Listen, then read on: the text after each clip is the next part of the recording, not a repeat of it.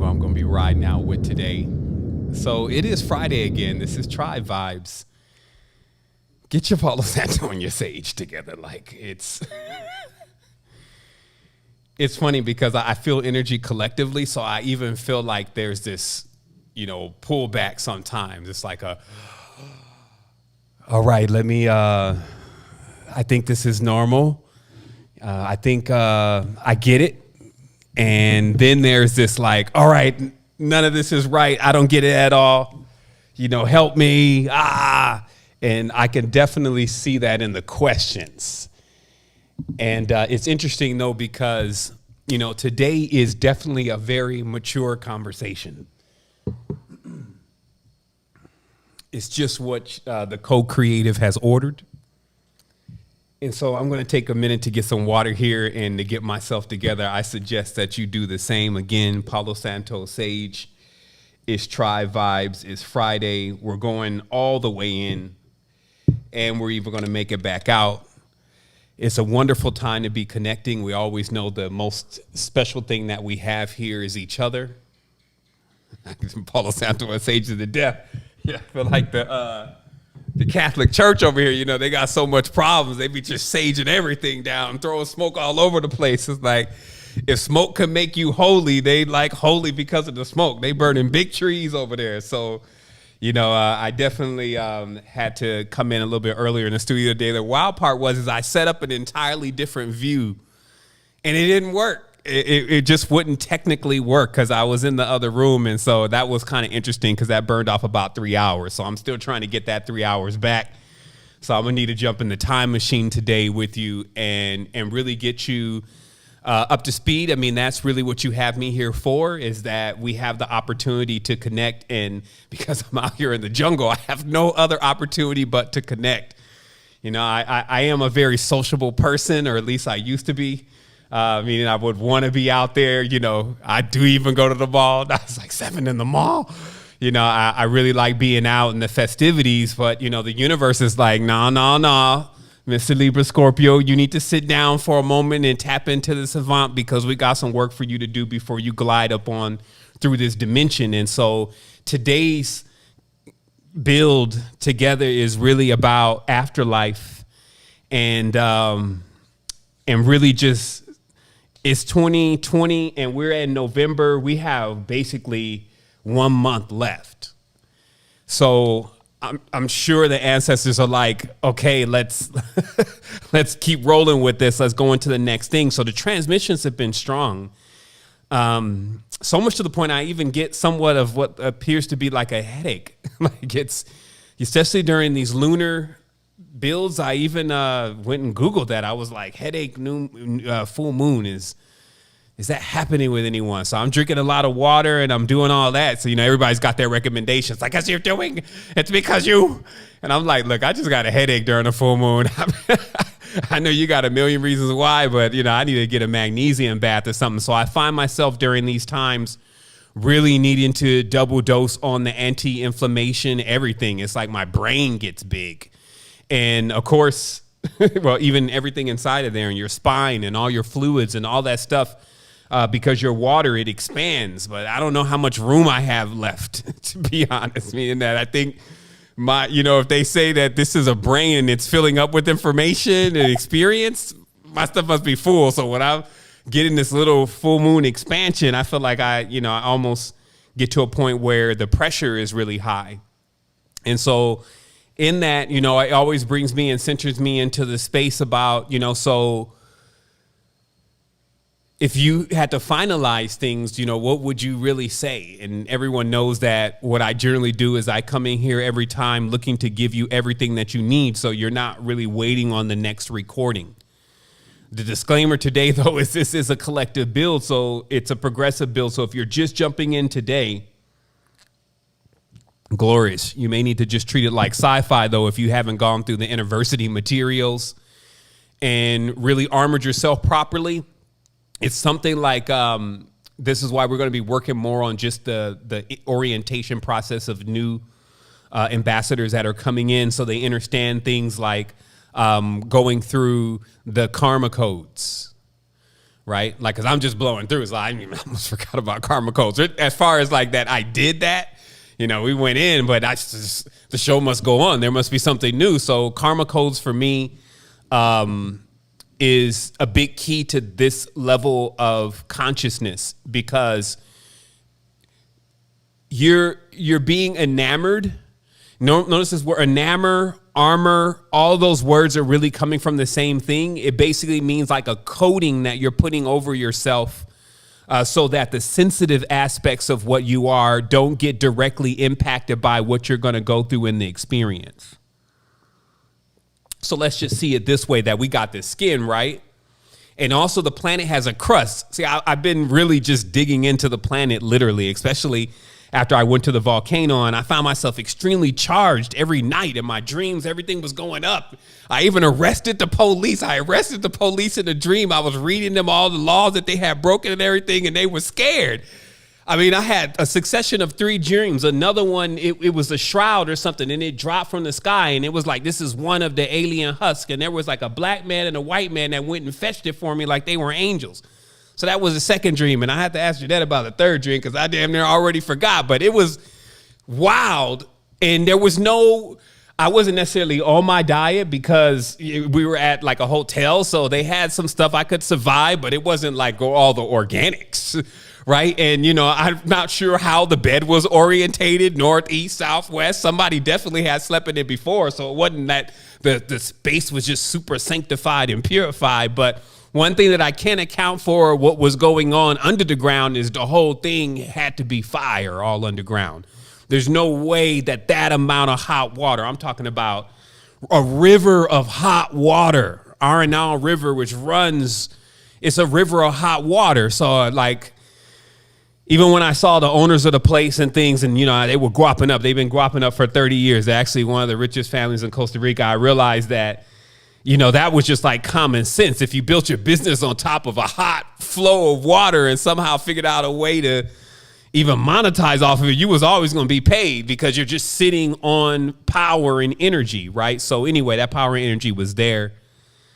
And in that experience, I got a chance to continuously level up. So I was definitely what I call funning, which some people call working. So I was doing something and I was engaged, but I also had the opportunity to really, really connect into a force that was so massive. It was just inexhaustible. Imagine yourself trying to harness all the energy of a volcano. It ain't gonna happen. So there was enough excess energy rolling around just in the soil, in the dirt, that was enough to keep the body charged. And this becomes, just so imperative to how we're going to have to keep creating our co-creation to get us into these spaces if we're not there already. Remember, even some of the most fortunate people are not on lands that are really accepting them. And what I mean by that is that when you go out somewhere and if you see a lot of things growing and you pull up the dirt, just do a quick dirt sample to really realize how much power you're working with. We talked about this before, but look at the dirt and see what level of what we got going on here. Do we got a lot of mycelium network? Do we have a lot of fertility? Is this dirt like that dark brown, or do we have something else going on in the other direction where all this is crystalline and this even looks like, little pieces of quartz and stuff in the dirt? And then, of course, observe the trees and things that are growing around in this environment and just really feel into it. And I'm just getting back into, again, where we started off in our last build on Last Try Vibes about making sure that you find your place that you can charge. And I trust that everyone that was a part of that was able to start their process that's going to come up here to November 30th, which is getting yourself, your mind really in tune with what you want. That's all you have to do right now. Like, if you may not see yourself in it, and I'm explaining to you today how you would not really see this, how things really happen. You're not going to visually see any of this stuff. And I'm explaining that in detail today, but it's really to let you know that stop thinking about how you're going to get to where you want to go and start focusing more on where you want to go. Because here's what's interesting. I had a great build with my brother Timothy, and he sent me some stuff on leadership. And I read over the stuff, and I found that it was a bit outdated. There were principles to it, but there were a lot of things that were outdated in relation to how things even work in the world today with how people feel about leaders and even whether they feel like they're leaders versus that they need someone to actually lead them. But I found one of the most important things is that just like when here's what was interesting. I had an entire experience. When I went to Chiripo and I hiked Chiripo, I knew I was going up to Chiripo. So I asked for a guide, or we asked for a guide to take us to Chiripo. So notice now, I didn't just show up to a guide and say, take me. Take you where? They're just going to take you where basically they want to go. And I feel like that's also what happens when people get this idea that leaders are supposed to also know where they want to go. You understand what I'm saying to you right now? There's a small gap here. People are looking for leadership and they're looking for mentorship, but they don't know necessarily where they want to go. They just look at this other person and they say, I want to go where they've gone. This is not how it's done. You find something where you really want to be, what you really want to do, something that you really want to achieve. And then you find the guy that has already gone there and can really give you some specifics about how to get to that space. Okay, so now that's very clear. And as I said, this is a disclaimer today about this being a progressive build. So you would need to get some footing underneath you, get some ground underneath you, get some previous university materials in the ends of any of those sections into your system if you have not already. Then this will all click, because today we're talking macro right now today, big picture stuff, not the micro, not the how am I getting my bookshelf together and what book should I buy? Like, this is the big deal because it's November and, we got to keep delivering. That's what we do. So before we also get into the delivery, because indeed we're going to birth something today in this co-creative room, I'll take a moment in time and in space and in infinity to touch and agree. Now, if you've just come in here and this is going to look strange to you, however, this is the symbol of everlasting life.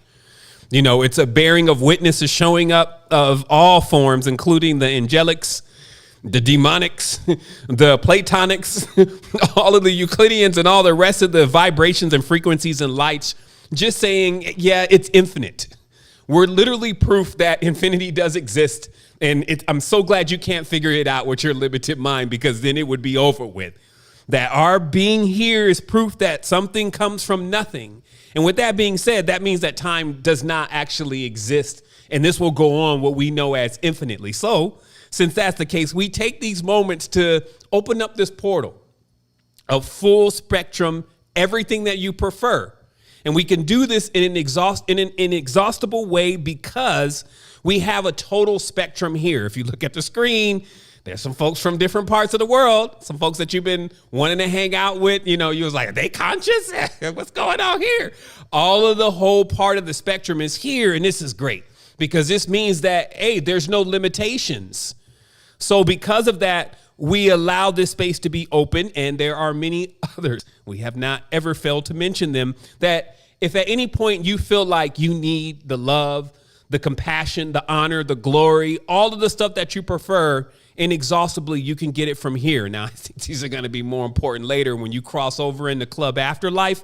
However, they are accessible now just in case you start getting emoed out. Because it can happen, meaning that all this stuff that's going on can really be a bit like, it happens to me. It's nothing even abnormal about it, meaning that if you're not even responding at all to the pressures of what's going on in the crucible these days, shoot, maybe you need to check your pulse, because reality here is that empathy is like one of the first senses that reactivate. Some people never deactivated from empathy, but some people have. And so what happens is that if you could feel what it feels like for people to even be confused, for people to lose, all that kind of stuff. When you feel that, you take on that feeling.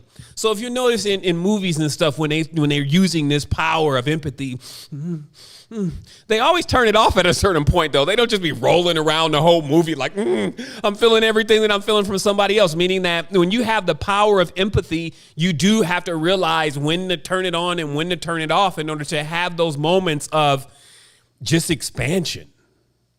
You know, like that what we call the constant. It's in math or if there's a constant, which is like the base, it's the baseline. It's basically what they call here sea level.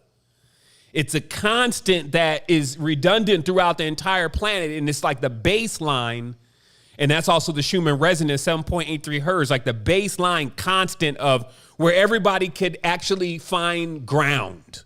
And that's really even what 7.83 hertz is projecting out, is just ground. Like, okay, so let me land somewhere, because what we're really dealing with this space moving so fast and the laws of light, we could literally be like, you would keep falling, but you would never hit the ground because there would be no ground. So that's what the constant is it's ground. And when you hit the ground, it's like, boom.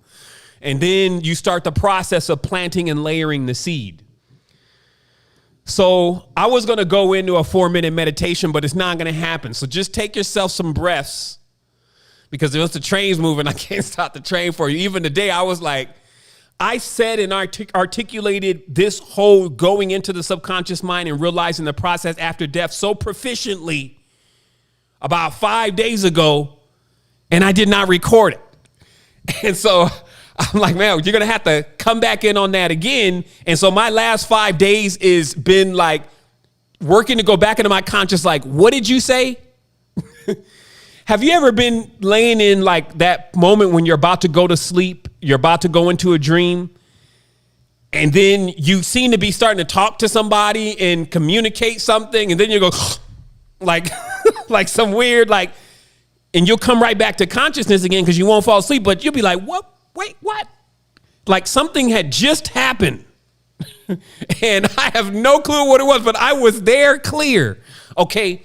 This is now what we'll just term as the parallel. I want you to write this down, because what's going to happen here is I'm going to show you, I'm going to break apart these worlds real quick, and I'm going to put them back together, and it's all going to make perfect sense for you. There's going to be not like anything like, boy, what happens with, and I don't believe in, kind of, there's going to be none of that going on, because it's truth.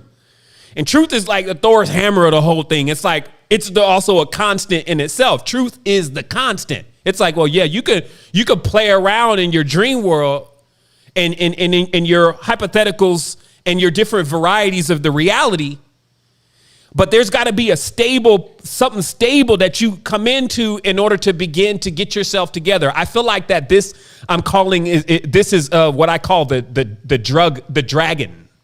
Okay.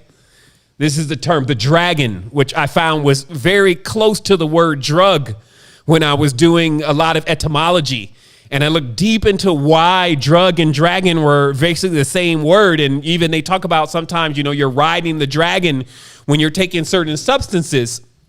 And I'm going to show how all this correlates with exactly what we're doing in our subconscious mind to actually be able to cope with infinity. Okay? So I'm going to slow this down also a little bit, because I literally have to drive through like I'm in a Cadillac, the highest levels of consciousness in a way where I'm not here to entertain you. I'm not here to make you laugh, even though we will crack up sometimes. Sometimes I cry, we cry together. But I'm actually here just to make sure you understand this, because once your subconscious mind gets it, it's going to be like that conversation that you don't know is happening right before you kind of wake back up again. Something is going to be applied, but it's not going to be for the mind to try to figure out what was applied. Because I'm going to show you also that every time the mind tries to do that, it screws up stuff. It really is what's getting in the way. And true power is learning how to turn that off. And we talked about that between the left and the right brain. We did a whole deep dive, showed the CIA documents that prove When one part of the mind is not giving instructions and you just turn it off and you start talking directly to the other part of the mind that's responsible for executing those instructions, it does it. I'm as strong as an ox. It'll go out and flip over a car. And this is the danger for them, they, if you may, meaning that the opportunist, you in that kind of state, realizing the power of your dream, realizing the power of even what you would say is mesmerizing or hypnotizing yourself to accomplish feats that would be what people would see as impossible. This is the danger zone for they, because there's an inability to be able to control that kind of being. And this construct that we're in is a very controlled construct. It amounts for why it's even here, why it's like the way that it is, why you see so many different things going on that just should not be going on. That all has to do a lot with the control. But as another thing we were mentioning is there's two types of control. In a paradox, there seems to be at least two types of everything. There's two types of control. One control is the beings that think they're in control. This is like a judge. Like a judge gets on there and they start ordering everybody and telling everybody what to do and what time you're going to get and what's going to happen. This is a judge. This is getting control. However, then there's the being that has control over themselves. And that's the sovereign, because none of that stuff that they're talking about even applies. They haven't even accepted that this person can have any power over them.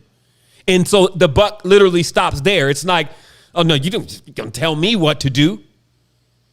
And this is where also you must reach in your consciousness then. The judge in your consciousness, the one that thinks it has control, you need to go on to sovereign law over that judge and be like, you don't tell me what to do. I'm sad today, but you don't tell me what to do, though. You need to sit down, though. Like, you don't have no control, though. I told you this is going to last forever. So with you whining forever in this ship, I'm going to be listening to you whining all day. This is how you got to talk to your mom. I'm going to be listening to you whining for infinity. Get a grip. Realize what's happening. Wake up. Don't think, oh, this is just like the mind always is trying to compare things to other things. This is just like what blah, blah, blah talks about. First of all, we're in a unique space and time. What we're dealing with right now will never be like what anything else is like after this. Okay, so give yourself the opportunity to dial in right into this space, not yesterday, not 3 even minutes ago, right now, and stay on that tip. Because what you'll see is that light moves at light speed. Thought and thinking actually moves at the rate of the person's consciousness. So if the person's consciousness is not moving at least at the speed of light, everything is already going on and they never even saw it. This is really a deep thing about the big stuff is going on so fast, you're not seeing it. This is why in DMT, what DMT does and many other substances do is they take you into this frequency that starts feeling really strange. You get scared. It starts feeling real, too real.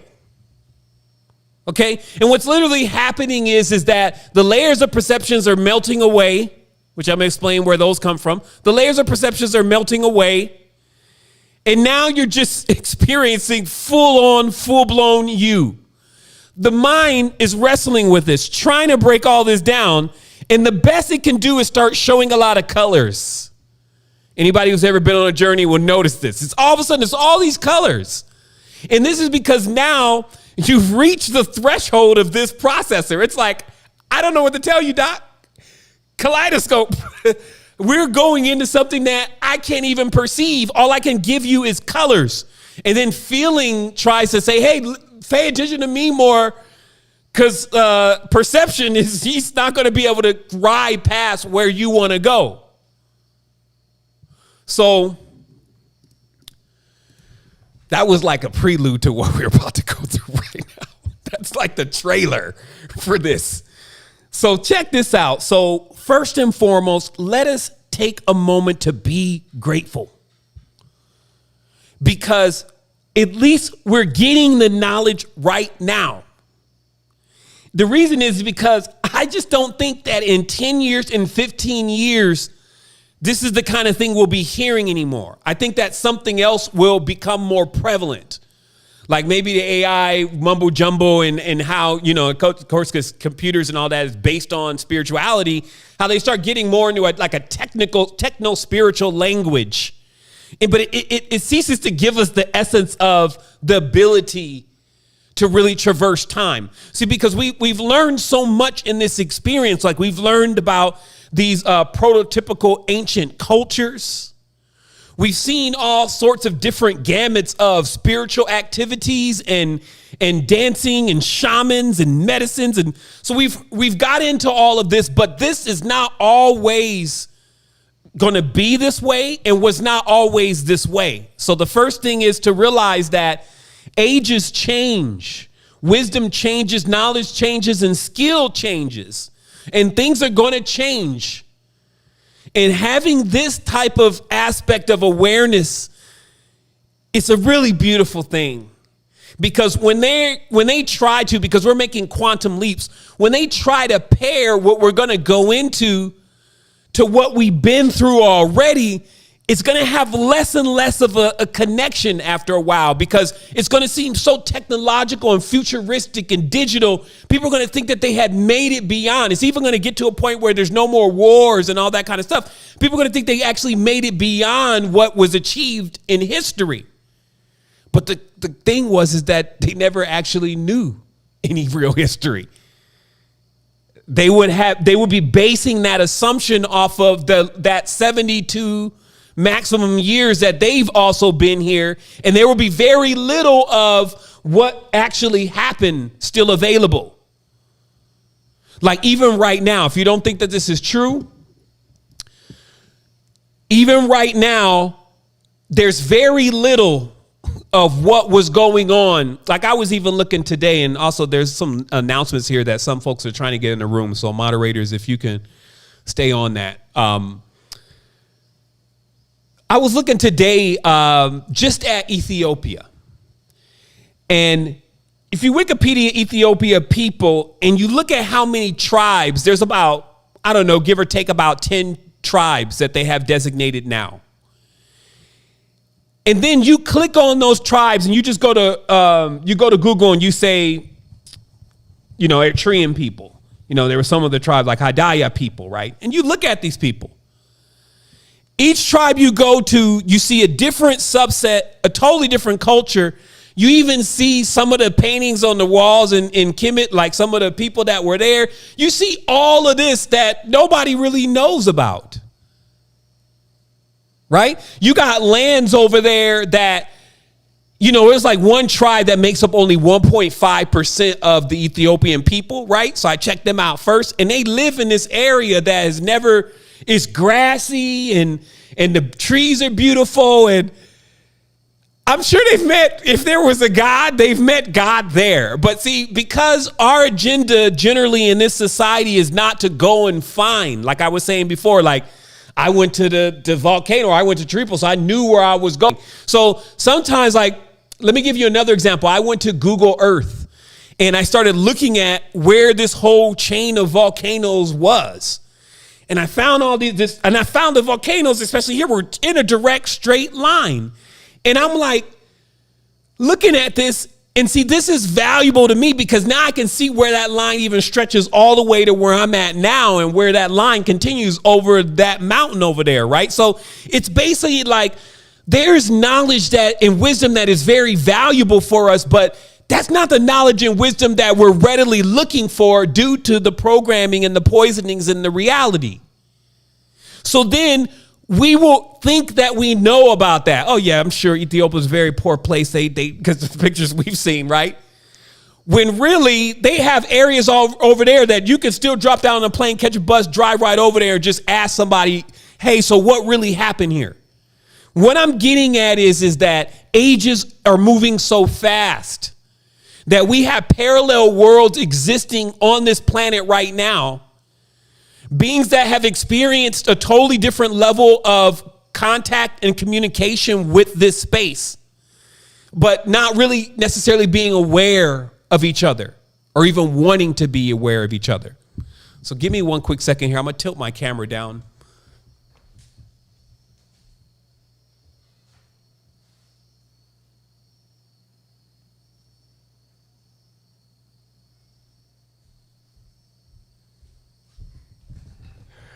I told you it's a Cadillac, so I got to ride out. I noticed when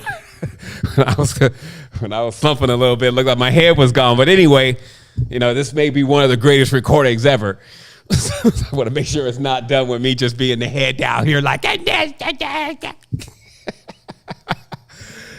So ages are changing, things are moving, but you got parallels going on, and then you have a consensus, meaning the consensus says, no, actually everything that you need, that is going on, that's really amazing, you already know.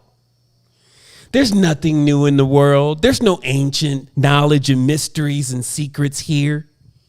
There's no stones that can talk and people who've already touched divinity within themselves. There's none of that. There's just what you see on Netflix and just what you see, what we let you see. And that's control. So what we're doing now is we're stepping outside of that control, that box. So that way we can really get to working on our subconscious, because what we're talking about is macro, big picture stuff, which will prepare us for our own end game, which is but the beginning. It gets us beyond that process of us thinking, so what's ultimately going to happen here? You move from that to you cross over the what's ultimately going to happen here, and you start to play around in that vista. That's what the goal here is today. So also, here's the interesting thing.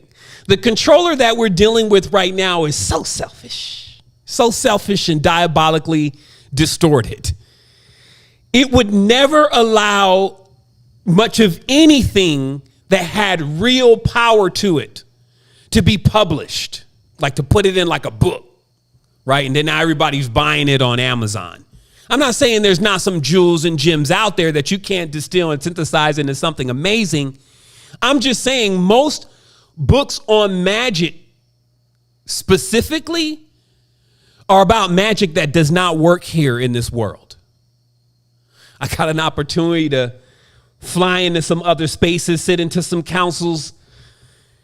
And it was interesting because what was just being transmitted is how, and it was just being showed to me. It was already explained, but I needed an explanation. And it was like, how could magic not work anymore? Because there were certain magic, if you may, that our ancestors used. And you see that magic very ineffective right now. I mean, there's a trickle, but as a most part, it's ineffective because we actually see a lot of our indigenous tribes. We see a lot of people who work with that system just not being able to withstand the next bulldozer that's coming through the neighborhood. And this is the sign of when the time has changed. And now the old magic is obsolete. So they will sell that stuff. They'll give you all these books about here's these names and here's these deities and here's all this stuff. And they know that stuff doesn't even work here. Now, it works on a parallel. This is why it is still useful. Because if you can get to that parallel, like Kemet is still popping right now. The pyramid, everything is green. The pyramids were volcanoes. That's what fire inside really means. They just sit there and shave the whole damn thing down. You know, this is really madness of what you see going on right now. They didn't turn the whole place into a tourist trap. But there is a space and a time and a parallel where it's popping. It's at its climax. It's at its total vibratory spectrum. And when you get into that space, all of the knowledge of Kim and Ma'at applies there. It's like what everybody's using. It's like the iOS and Android of that world. Do you understand what I'm saying? So if you come into this space and time knowing you're using that, trying to use that dialect, that code, that program, people are going to look. It's not going to work. Why? Because it'll work a little bit because there's always a stream. But it's not going to be major because it's not what is in the systems that directly make it happen. What makes it happen is this consciousness. All of the people here on the planet, all of their consciousness is what's making the magic happen. Okay. So if you don't speak the code and the skill of this particular mainframe, this particular space and time, you're using a system that is basically it's not going to allow you to build completely in the construct. You're like using a code that doesn't necessarily apply into the new structure. And so what this is like is that, so back in the day on the other parallel, things were basically analog. So this means that there was a lot of physical to what needed to be done. Like this idea of drawing circles and doing and calling and evoking something, right? And then lighting up a bunch of stuff, lighting up a bunch of smoke and ashes, and then even put on some animals as a burnt offering. And there's a lot of physical happening. This age already switched and went into the mind, where every single element that is being brought forth in that version, I can bring forth in my mind. I don't actually need to bring the physical objects. The mind, which everything is growing. So it goes from, like, let's say this baby child stage, and it grows. And we've been growing for billions, a countless amount of time we've been growing. So now our consciousness or our construct is so powerful, it no longer needs the actual physical things to create the magic. But they give you books with a bunch of physical things in them, without the awareness that what this really is now, because every previous age serves to be the manual for the new. What this really is like a hypothetical, even it's a literal explanation of what needs to be done inside of the construct of the next age. And since we're inside of something, we're talking about inside of the mind. So the actual physical applications that were taking place in previous times becomes the mental application that is now taking place in the next time. This is because all of this is you're enveloping. You're enveloped in your own consciousness. Your subconscious mind is the womb. So it's just enveloping. So the next thing that you're going to do is based on the previous thing that you learned, but you're not going to be able to do that one external. So this is why we have an issue with the spiritual force right now, because most people that are practicing that are still, let's say, harmonic and balanced, they're practicing with the physical. While those who are, like you see, like I told you, Weird Club Orion, like all those guys, they're all working with the mental now, right? They get these pyramids and stuff, all that stuff out there. They're into the psychomancy, the chaos magic, radionics. So they're dealing with frequency things that you can no longer see, because that's the new system, right? So I just wanted you to be aware that as things shift, you have to realize where that shift took place. It doesn't mean that you have to shift with it, but it does mean that you need to create an environment that resonates towards whatever program and codes that you're actually using. And you need to work to remove yourself from that space, if you may, that is not in that level of harmonic code. This is the same thing as like getting out of the city and going to nature. If you're just more of a nature person, because it's like you're going to be better off there rather than sitting right in the middle of Times Square.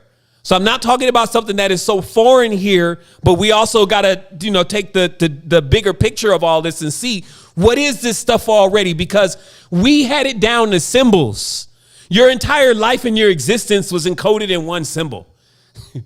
They wasn't trying to write you a 500-600 page book. There was one symbol that all of human existence was encoded in most ancient tongues and ancient languages, ancient structures, societies, and systems.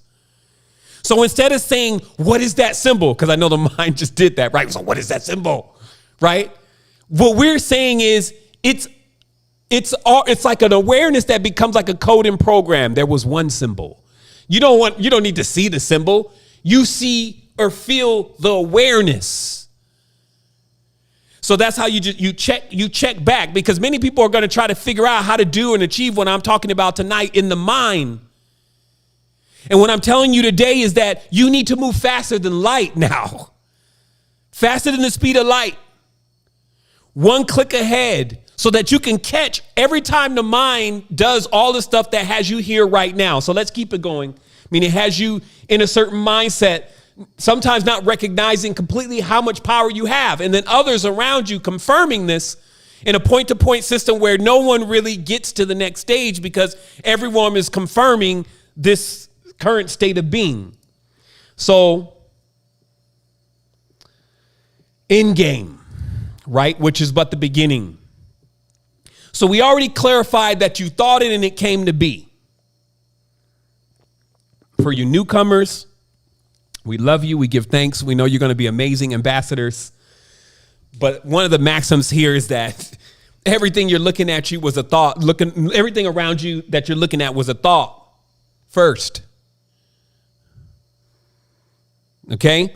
That just as basis, or I like to say basis because they love to hit you with this metaphysical. Yes, it was a thought first. But I'm saying even the chair you're sitting on, the refrigerator behind you, somebody was like, yo, I'm going to go and I'm going to put this metal, I'm going to have a business and I'm going to get all these chairs and I'm going to get the aluminum from over here. Oh, we're going to make this electronic. Oh my goodness, I got this idea for this compressor. And so those are all ideas first. Okay? Then we eventually saw the physical one. So these are maxims. If you cannot come into that awareness, then you'll be lost out here because you just keep getting hit. Oh, where did that come from? You'll keep feeling like you're always learning or figuring out something because it just keeps coming out of nowhere and bam, it just keeps hitting you. So you have to realize that there is an invisible space, if you may, that you can sense. And because of the speed of that, it moves faster than this space. It's a speed thing. And so the reason why this becomes very important, because this is the maxim that we have to stand on right now. We can, if we go off into this journey we're going to go on right now, and we're not standing on anything, we're going to get lost. So just remember, the maxim that we're standing on is that everything here started with a thought first. Now, bringing it a little bit more personal, your parents, they were thinking. They had some thoughts. A certain type of thought, too. Notice that, we always went, well, my dad really didn't love my mom. We go into the bag. And I'm going to show you where the bag really exists in the subconscious mind. But I'm just saying, in general, on standard, somebody generally was trying to get their gratification in their fix, their drug. Okay, that drug of even connection. I want to have sex, and it's a drug. Now, let me explain this. Okay, let me bring this back around. Okay, so because my notes are in one order, but I realize that we got to navigate this through the direction of how the conscious moves. Now, imagine then that the subconscious mind is what is moving first. It's the one that is conceiving things, right? Actually, I'm gonna stay on my notes. My notes say, so the subconscious is eternal. When all of the lights go off, one light stays on. I'll say it again. Your subconscious mind, the thing you're using to talk to yourself, it's eternal.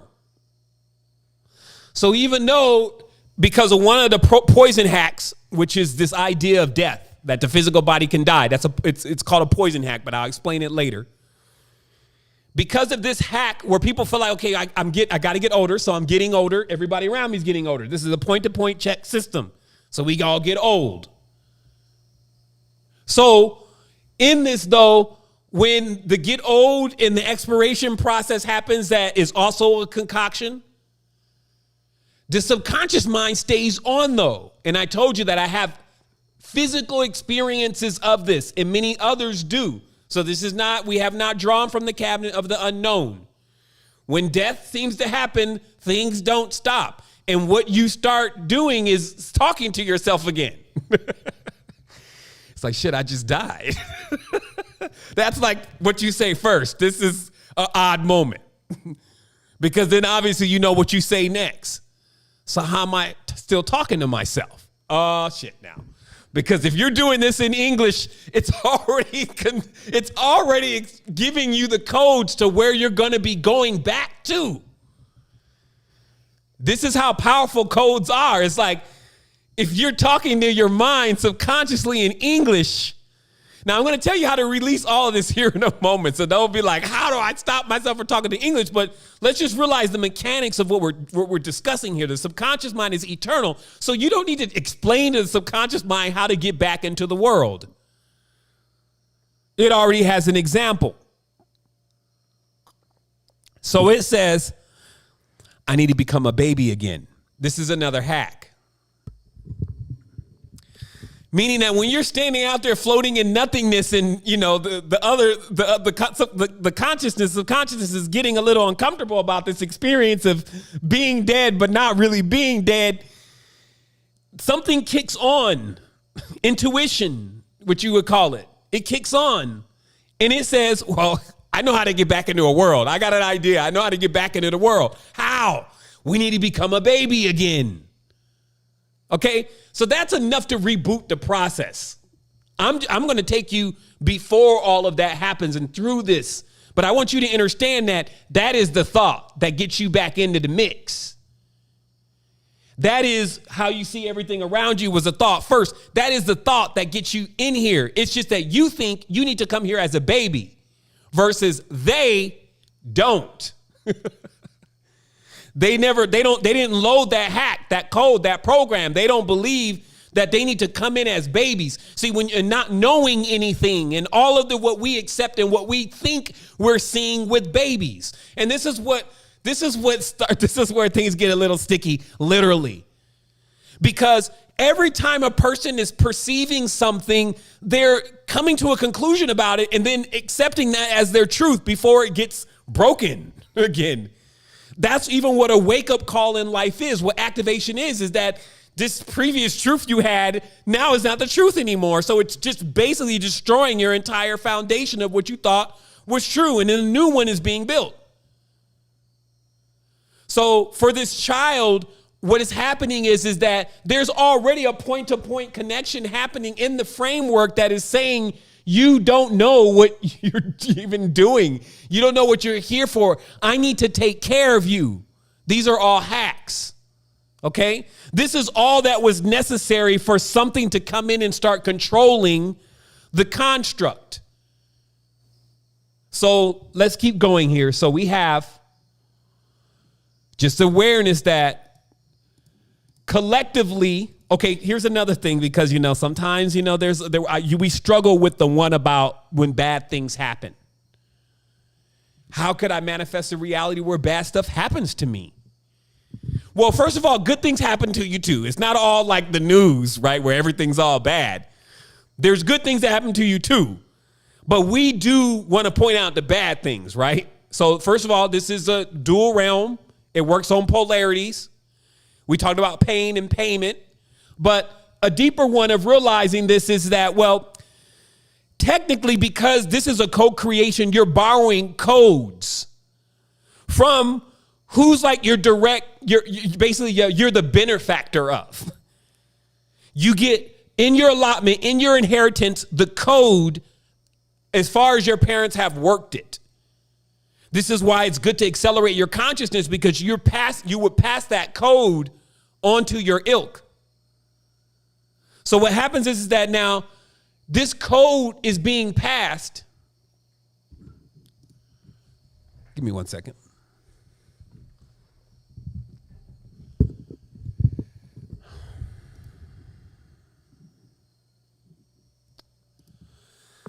So when the code is passed, the code contains all of these different experiences that everyone that has held the DNA has actually gone through. This is already an entanglement. We just have to be willing to accept that there's so much corrupt code. Things that have happened. Somebody stole something, now the arm got chopped off. Somebody just jumped off a cliff. It was somebody neglected the baby, and the baby fell into a lot with wolves. Like anything you can think of in the infinite existence that would occur is inside of the DNA. So what would happen then is that once that DNA, which is called Noon, once Noon is reanimating you, which is basically like Noon is ambrosia. Noon is the darkest part of the menstrual fluid. Like when the actual seed germ of what you are coalesces into a fluid, it's called noon, the water of chaos. It basically is the point, the fluid that sparks off your next level of existence. What you congeal into when you start having thoughts and working with DNA, and then you're now about to do your manifestation thing where you're going to come back in as a baby. You make yourself into noon, which is water of chaos, and you plant yourself into a womb, a literal garden where you can come forth again. Okay? This is why the ancient knowledge reads like this, because it's just explaining the process of how the subconscious mind gets itself back into a world. And that's deep, right?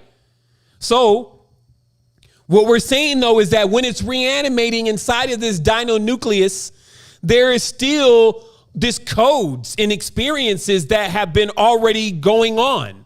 And so as the person starts growing, all of that is going to reflect through their everything, their parents and everything. So bad stuff is going to happen because it's already in the dinonucleate code. So are we all there about how it's not necessarily that we wanted to just have a bad time, but a bad time is encoded also inside of this DNA based on the experiences that others have had that are using it?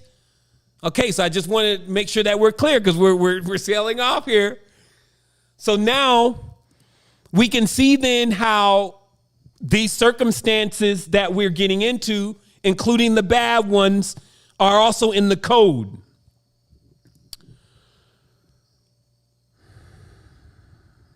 Wow, we're already going there. Okay, so this says how to get into an expansive existence versus the one you have been trained in is the key. Yeah, of course that's the key. You know, trying to break that down early. So listen to this. So what happens then is that you're watching. So you're seeing this all take place now. Like you're kind of in this construct right now. You're seeing how the subconscious mind is reanimating itself back into the reality and it's doing this over and over and over again. And also it's not going to stop. This is not going to end. This is why they call it sometimes, as I said, cycle.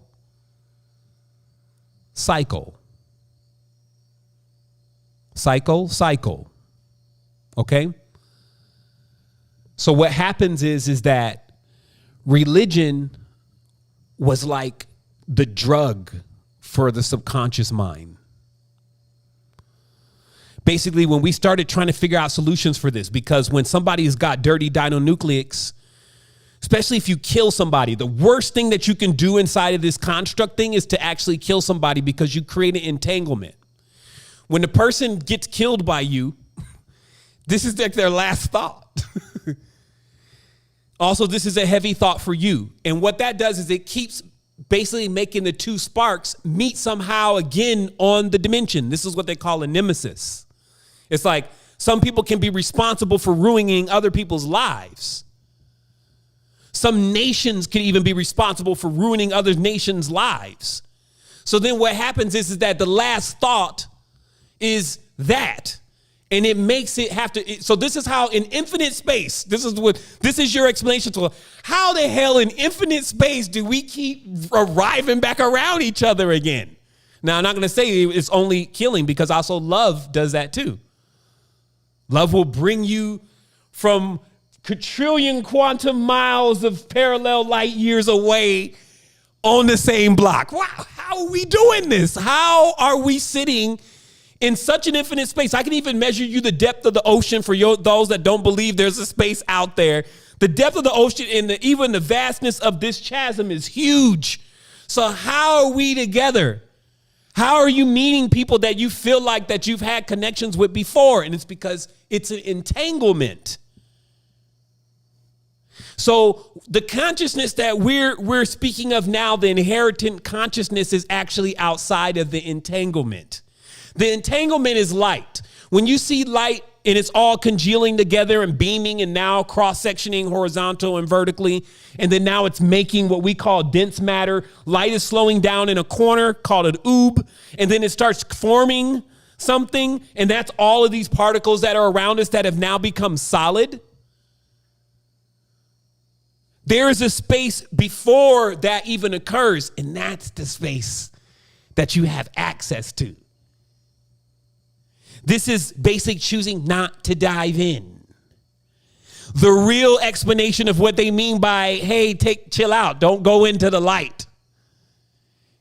It's not like you're going to try to figure out, because I'm seeing the light, I guess I shouldn't go that way.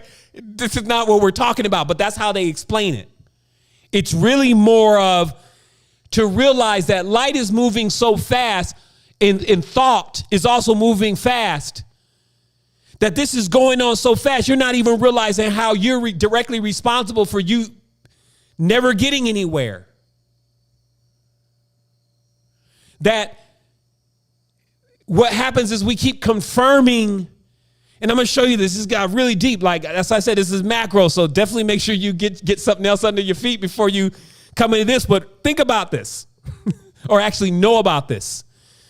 So what I started watching is, as I was watching the subconscious mind and the subconscious entanglement amongst these children on the planet, I realized that it starts a lot with even what we think is unique about us. Uniqueness also is a code. It doesn't have to be what we think is the same within everyone, but it is the same ideal, something that is different.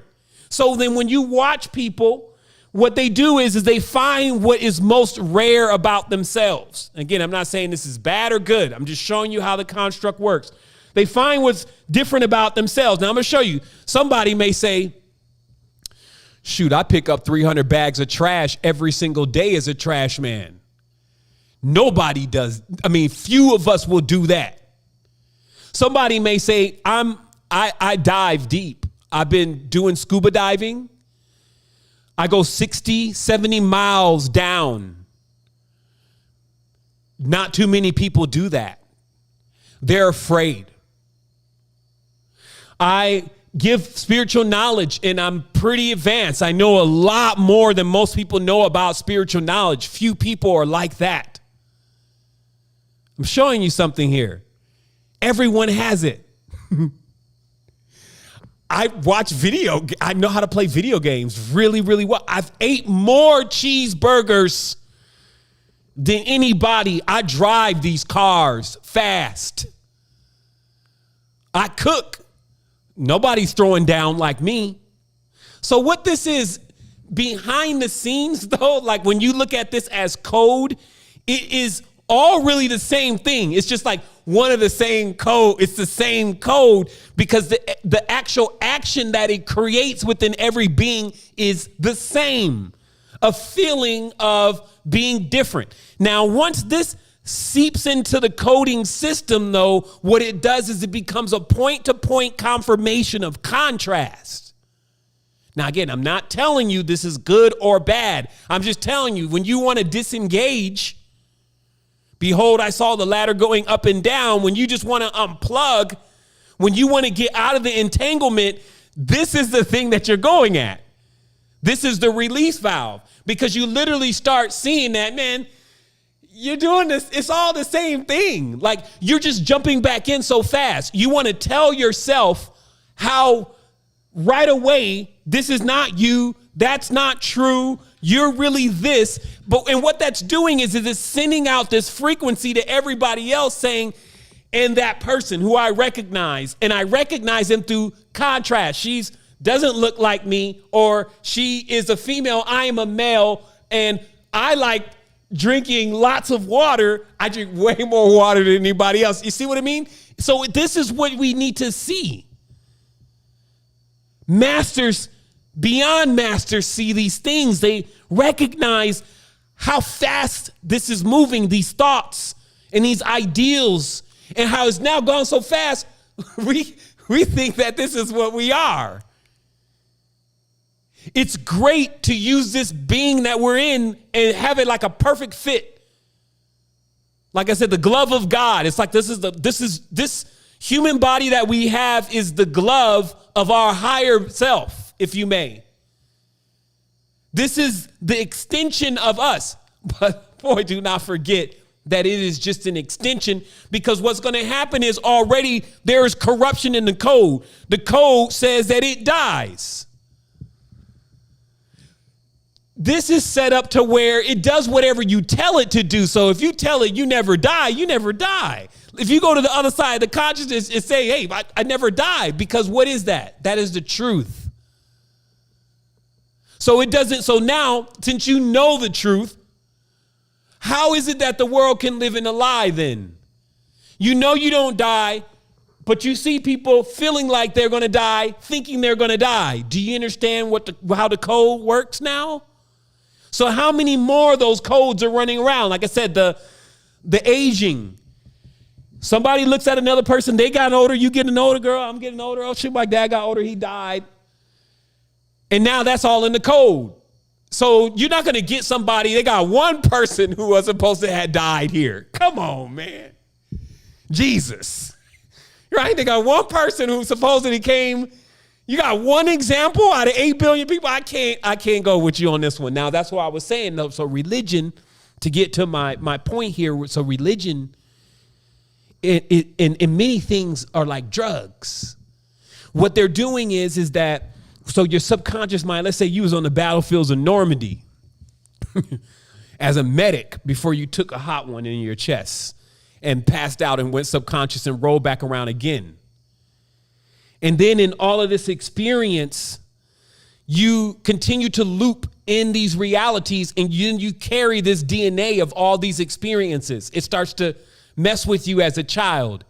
It starts to cause these different things happening in your life because you're still thinking about it. You're subconsciously thinking about it. And that's why anytime they go into the subconscious mind of a person, it's monstrous.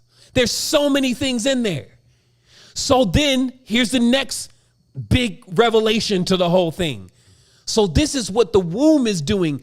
The womb is literally like a nourishing center where it puts like a salve, a skin around you to kind of like block out that last projection and that last reality. See, I thought it was a cut, and it is a cut in many different ways, but it was deeper to explain it. And let me give the exact notes on this. It was deeper to explain it as being, give me a quick second here. Geez, I just skipped over my notes. Okay.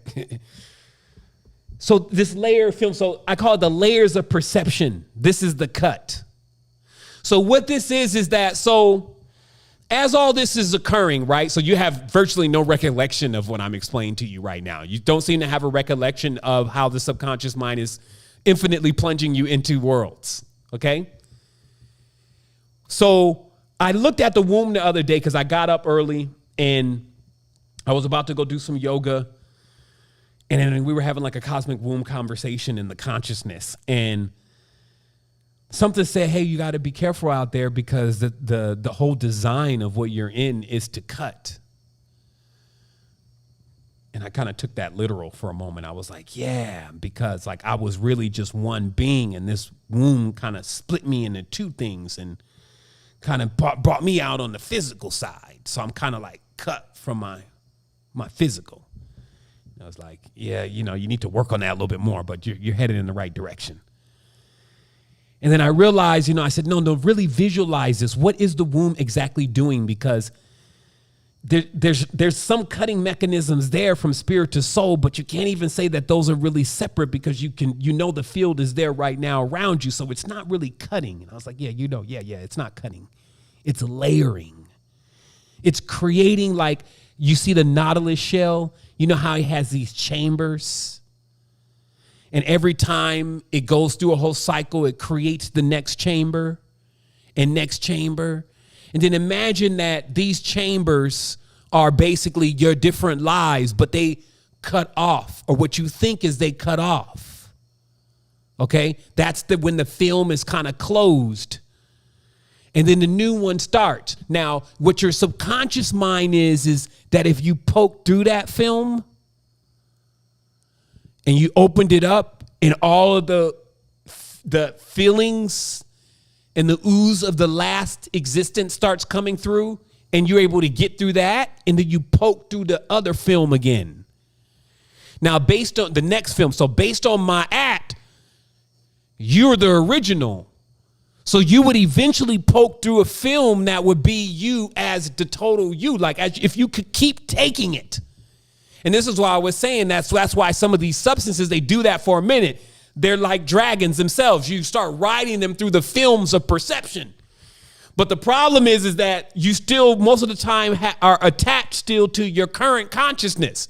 And it's trying to decode this 30,000 years ago you're about to go through, where everything about that space and that time is an old world compared to where you just came from. And so all the mind at a certain point just said, lights, just lights, because I don't have a language to speak to them in about this.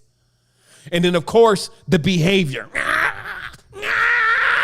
This stuff, right? Trying to figure out, why is this person acting like they have a demon in them or something? Like, what's wrong with them? And it's because when you have levels and levels of subconscious mind to pierce through, and you're trying to read that into the contrastual language that you're using right now, this is like trying to deal head on with chaos, but not having an understanding of what it is.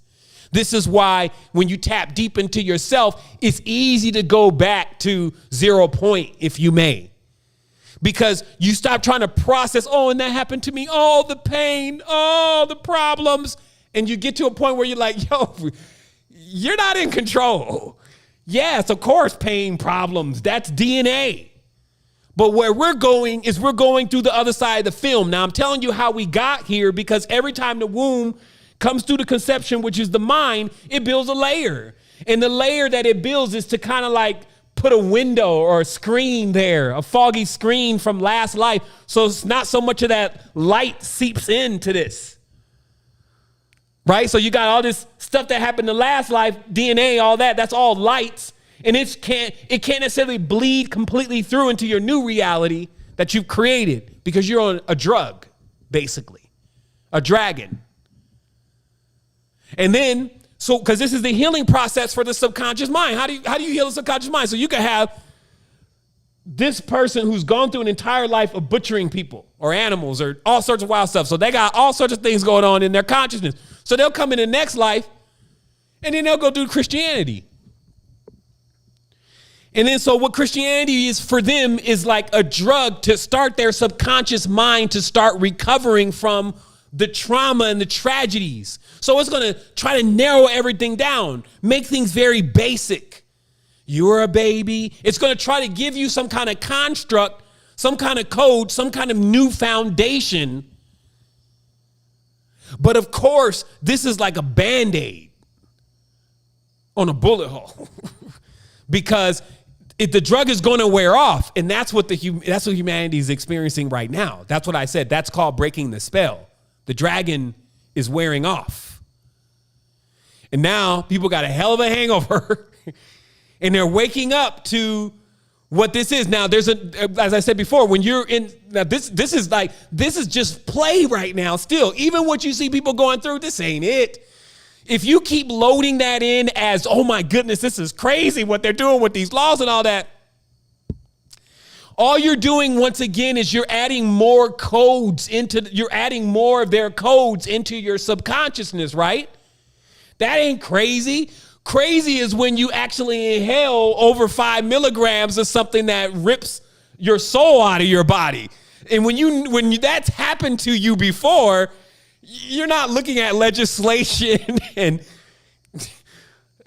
you're not looking at any of that stuff as if it's really serious. Do you get where I'm coming from here? It's like once you can't just come back into this controlled robotic construct acting like it's real and that it really even matters once you've already gone into that space. That's why when I be looking at folks, they say they've gone into that space before, then they over here whining and worried about all the stuff going on here. It's like, you weren't really in the space. Or you forgot about it like a dream. And that's what happens when you take drugs, meaning that this stuff will have an effect for a while, but if you don't really go through it, my awakening was through breath, taking yourself through it in waves, which is lung, which is another dragon, taking yourself through the process in the most vivid way possible. This is what we talked about that has to happen by November 30th, that you need to break through all the layers. And then the biggest one is this mind, right? The mind and its layers of perception has got you so enamored in this contrastual relationship that you've been dealing with. And meanwhile, this is going to go on infinitely, and you just are waiting for this death thing, which you expect to bring you something different, and it's not. What's going to be different is when, as you've done today, you crack the code. All right, I see how it all works now. So the womb creates a new spin. That's a new world or a new whirl. It's like a record. So now the womb creates a new spin, and now you got a new lease on life. You get a new ID, right? And now you can start over. To be able to start over would be to insist that there was an end, right? So you see how the codes work? To accept the code, you almost accept the poison. So I'm thinking I'm starting over. I'm getting a fresh, clean slate. Christianity and many religions teach that kind of way. You get this fresh, clean slate. There's no fresh, clean slate.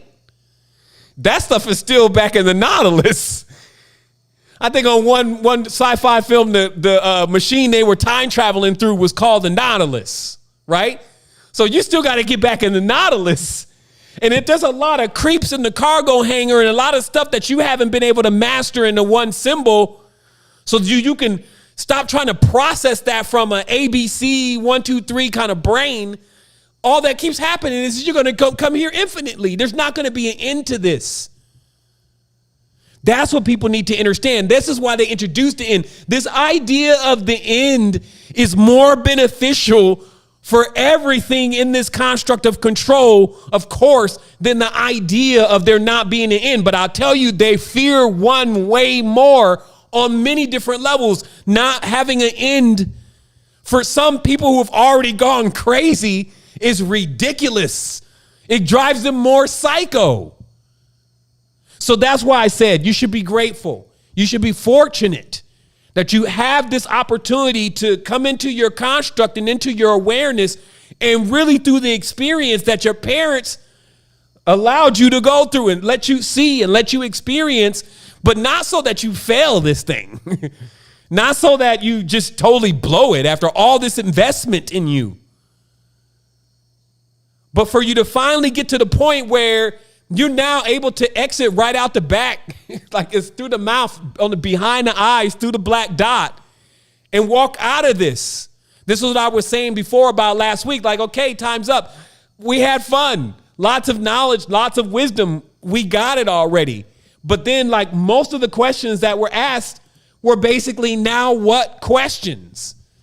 Meaning most of the questions that I got, which I'll go through here in just a moment, from Tribe, filling out the metaphysical questionnaire form, was just about, so now what?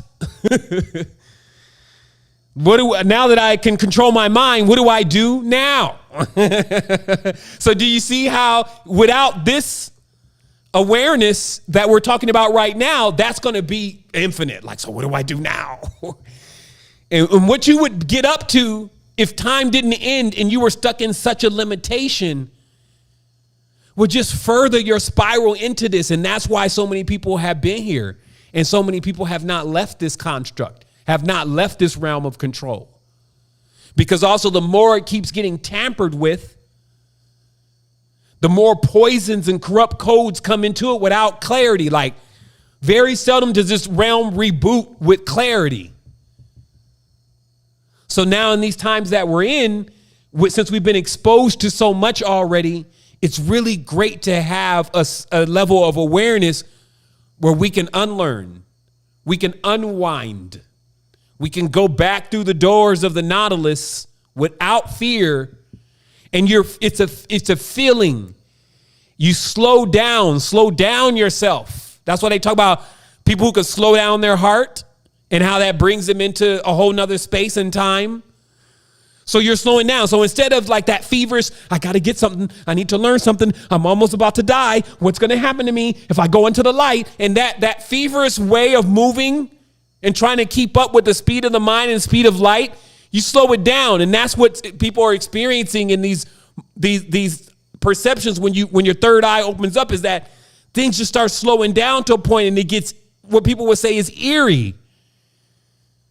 It gets a little too serious. It's like, and what all that is that you're coming into who you truly are, and you're leaving this fictitious system, because now they've added so much. Like, how far are we outside? How many layers are we outside away from truth?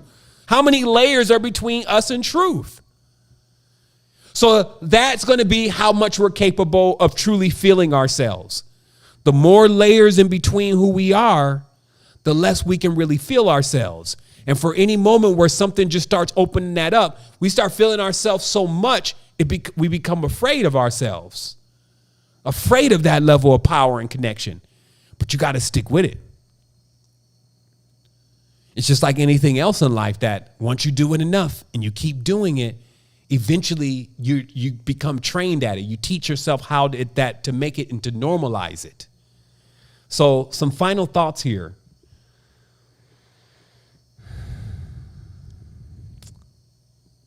Wow, we really went through a lot here. Okay. I want you to write this down. It's not an illusion. You're an illusion. I'll say that once again. It's not an illusion. You're an illusion. What this does is this breaks multiple spells. Watch how this works. So notice how, once again, in this type of system where it's like chasing your tail, everyone goes out to the system to simply try to confirm where they're at. And they say, we're in an illusion. It's an illusion. And they're totally not taking responsibility. Nothing's out there. Stop it. It's a very powerful, like this is powerful. This is how you take powerful stuff, right? And you apply it to yourself. So it's so powerful that every time you hear one of these conscious speakers or whatever, they say, we're in an illusion. People rally behind that. Yes, it's all fake. And they start breaking it down, right? And it seems to bring them some type of joy to determine that this is an illusion, right? But it doesn't work like that, though. Nothing works like that. You're an illusion. I'm an illusion. So what I do then is I then admit that this one is made of light. As we talked about before, this is Ilu. The Ilu is light. Sion is the equivalent of a world or a nation or a city. That's why they talk about the Zion all the time. They want great Zion. This is the illusion. I am an illusion. I am made of light. This is not me. I'm something far more. So then when I'm able to take that responsibility and start looking at the world, it's an illusion. Like, that does not help me trying to determine how the world is an illusion. It does help me to see that I'm an illusion, because it gives me a great power. Because now that I know that I'm an illusion, I can disappear. And what disappearing really is that when you just wipe it, all of these judgments and all these systems of control, you just wipe it. I'm an illusion. I'm actually made out of light. But here's the thing. Light moves so fast, most people are not catching it. Literally, like, light is moving so fast, people are not catching that they're the illusions. So that they can make it into that next stage of realizing through that acceptance that you're something greater. So if there wasn't this ego intact that keeps trying to fight against this stuff, it's like, oh no, we all need to be babies. No. Watch the poison hat. We all get old. Oh, no, I'm different. These are poison hacks. So what the one who is the master of the illusion is capable of doing is curing themselves from it by getting out of it. It's not about necessarily trying to figure out what kind of antidote you're going to put on to this to soothe this wound. You're not hurt. You're going through a dinonucleic process of something that really seemed like it was more designed as a training module by some very advanced beings who were definitely looking to evolve rapidly all the things that got into that code or construct. But to not realize at this stage, since we have so many systems of mimicry, what we're really in and how it really works, one could only be doing that because they're not ready to see themselves yet. And that ain't this camp. That's just not what we got going on. We're actually into ourselves. We're into seeing this process go on with self because we want clarity. So we're moving these films because it's like, all right, I'm ready to come out of this thing. Like, man, what's up with this tube? It just keep going, right? And then at some point, like I said, it's going to look like the sun, but the sun is a hole. And you're just going to come through it. And now you can see this from a linguistic level, because we've done this linguistically, but I was really talking to that subconscious mind. Like I was on the subconscious mind. The subconscious mind was hearing all this backwards. It was like, it was hearing that. And it was just like, okay, this is exactly what I need, because once I get in the dream world, and he's even almost asleep, she's almost asleep right now, I'm already applying this. Because if it sounds like something that you already knew, that's just the mind already kicking in and be like, okay, yeah, we got this. We know this already. But what I'm saying is that what the womb is doing in the end is, listen to this, the new spin, right? That's why the baby's sitting there in a spiral. It creates one more layer of film to, kind of block out that previous existence until we're ready to handle that. Thumbs in the mouth, my baby again. The layers of perception are created. Now all these IDs are loaded. All these codes are loaded. And then you remember. Think about this. Then you remember. Like, this is the final process of the womb. Now you remember. And in this remembering process, it's putting back all those members back on. It's putting back the head, the eyes, the womb is remembering you. So today, because we have a macro approach, you need to kind of know how to do both. You need to know how to remember, how to put yourself back together and insert yourself into a construct. And then you need to know how to, what people would say is the opposite of that, forget. Right? You need to have you need to have your finger on that button that can.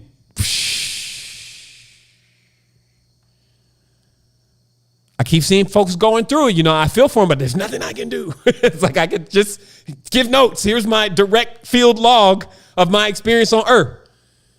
Like, some folks got some real issues going on. Like, that you just see them and it's like, wow, there they go again. They just, wow, how can I can't do anything. You start realizing that's what maturity is also, is that, remember, it's like, you can't do anything. They do it. When you put yourself into that level of awareness, then you tap into what you should be doing, and that helps everything around you, not just them. They get some too if they're still around. Let me answer some of these questions really quick here, and I'm going to breeze through these, and we're going to go ahead and keep going forward. It's 8:30, so at least on this side, so looks like we're making good time. So here it is.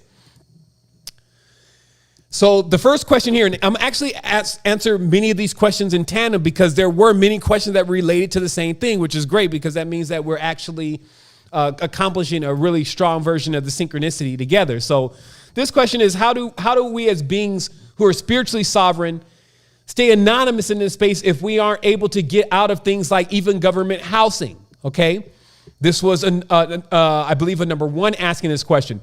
There was another question similar to this from another number one. It says, basically, my question is around sovereignty, specifically being an actual recognized sovereign by law. And they wanted to get into this topic a bit more. Didn't feel like it was really being covered inside of sovereignty mentorship as much. Wanted to understand kind of what's going on with that, okay, that aspect of sovereignty, all right? So I'm going to answer these two questions together, because obviously what was also mentioned in that is they were aware that that first step is for sure spiritual sovereignty. So that is for sure the way we go with this. Now, with that being said, and this is a question directly about sovereignty and, what's up with the achievements of sovereignty and where should we move next? Now that we've become spiritually sovereign, we're really able to now accept ourselves as the gods. You know, forgive and forsake. The reason why prayers don't get answered is because you're not using your power. You know, things are not, you know, you got babies dying and all that because you haven't intervened yet. So the gods are the people. So with that spiritual sovereignty and not making it something else's fault or responsibility to get you to the next stage or to the next level, and you take all that back inside of you as the ancestors designed you to do. Now, what about the physical sovereignty on the planet? Like laws, legalities, these kind of things. So obviously this has been something that I've researched, and I've been in many around me research this topic, just being in the conscious community, you know, many pioneers of this. As I said before, Santos used to even go in on this, obviously. Yusuf El goes in on this. A few Moorish brothers go in on this. So there's a lot of knowledge out there about sovereign law, okay? Now, what's interesting is that just like I was telling you earlier, remember I was telling you that when the cycles change, the old laws and codes and stuff don't even work anymore? This is another great example. Right now, we have people going to these law books trying to figure this stuff out. But we're already in the wild, wild west. Meaning that the people that are functioning on this planet right now as sovereigns don't ask what they can and cannot do. They don't try to go find different instruments and papers and trust and all that. They don't even, that's the system that they laugh at.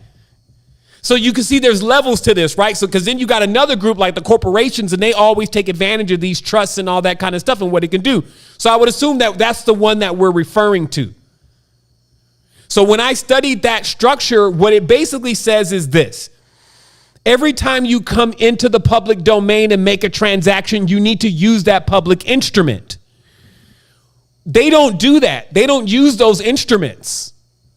So it means that they got friends in their network that, look, I'm going to sell you. You want the castle in Versailles? I'll take 500 pounds of gold for it. Bet. There's no, okay, I'm going to send it to you via Bank of America, or I'm going to swipe this on the credit card, or we're going to enter this into the deeds and the lawyer and the county and all. There's none of that. And that's what allows them to operate privately. And because they're operating privately, they're basically what you would say is sovereigns. They do what they want to do. So I want to make this very clear that when I started digging deep into this, I found that there was a few levels. Now, obviously, you want to make a climb, trying to just go right to the end point. It's not feasible. So the first part is one, realizing that for this to ultimately work, you need to then begin to transact in a private currency. This is why I said before that still cryptocurrency, still with all of its flaws, is introducing one core concept that did not exist within the previous transactional cycle, which was that there are coins that there's no affiliation. They're basically decentralized. There's no central bank to that coin. And what that creates is it creates a form of anonymity, because if you agree to take this coin and I agree to give it to you and we make a transaction, no one knows about that transaction. It gets lost in the sea of things. Unlike if we make a real transaction on the physical plane, even as low as $5,000 to $9,000, and I'm buying something from you, most of the time somebody is going to report that, because that's got to come out of somebody's bank account, and then they're going to need to explain where that $9,000 went and why it went to this person, or why you pulled it out as far as money. So somebody's got to explain it, and that's what pulls it back into the system. So what is ultimately still a work in progress for the conscious community is basically being able to create our own private system of commerce. That means that at least enough of us would need to be producing the essentials for another one of us to be able to find that essential as valuable and to be able to transact it back with the same amount of currency that they've earned from the same nucleus. Now, again, it's 2020. So doing this on a farm is totally different than doing this in a digital sphere. We could do this on a farm with different animals and different crops and different foods and things that we find vital to our life. But in the actual matrix structure, or the artificial matrix with the digital, Now we have to basically figure out what is the digital equivalent of that. That's also possible, and that's also called a DApp. A DApp is a decentralized application. So right now we're seeing the highest adoption of decentralized applications in the world as that we've ever seen in history. Because one, it was not even something that was put into the public and that was ever offered.